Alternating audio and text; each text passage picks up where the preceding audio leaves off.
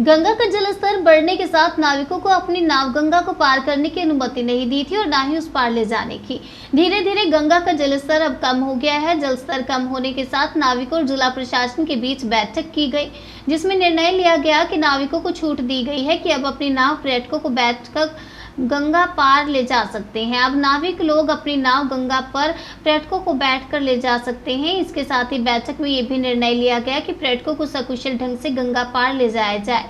उसके बाद जो भी पर्यटक उस पर जाएंगे वह सकुशल ढंग से वापस भी आ सकें।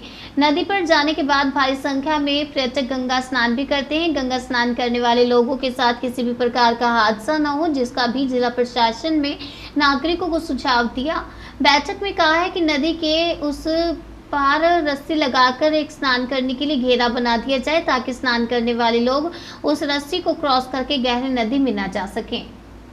जी, अपना नाम बता दें। हमारा नाम अज्जू माझी है, अस्सी घाट। क्या करते हैं आप?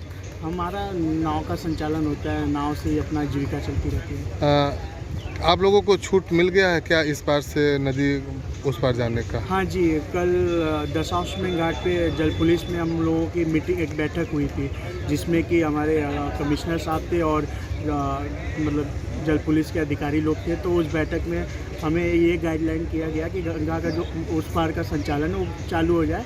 और जो नया कल से एक गाइडलाइन और आया कि जो गंगा उस पार यात्री स्नान वगैरह करते तो उसके लिए नाव के सदस्य, नाव के मेंबर हैं, उन लोग को बताया गया कि जैसे कि उस साइड आप लोगों की जिम्मेदारी होती है लोगों को ले जाना और उसी तरीके से सुरक्षित ले आना। तो जो उस पार यात्री स्नान करते तो उसके लिए आपको वहाँ बैरिकेडिंग बांधना होगा। तो इसलिए उन्होंने ये सब बातें रखी और गंगा का उस पार आना जाना चालू कर दिया कल से। तो सवारी की भी बात हुई, कितनी सवारी या किस तरह से? बात रहेगी जो कैपेसिटी, मतलब कस्टमर की जितनी बोट की क्षमता है उतने लोगों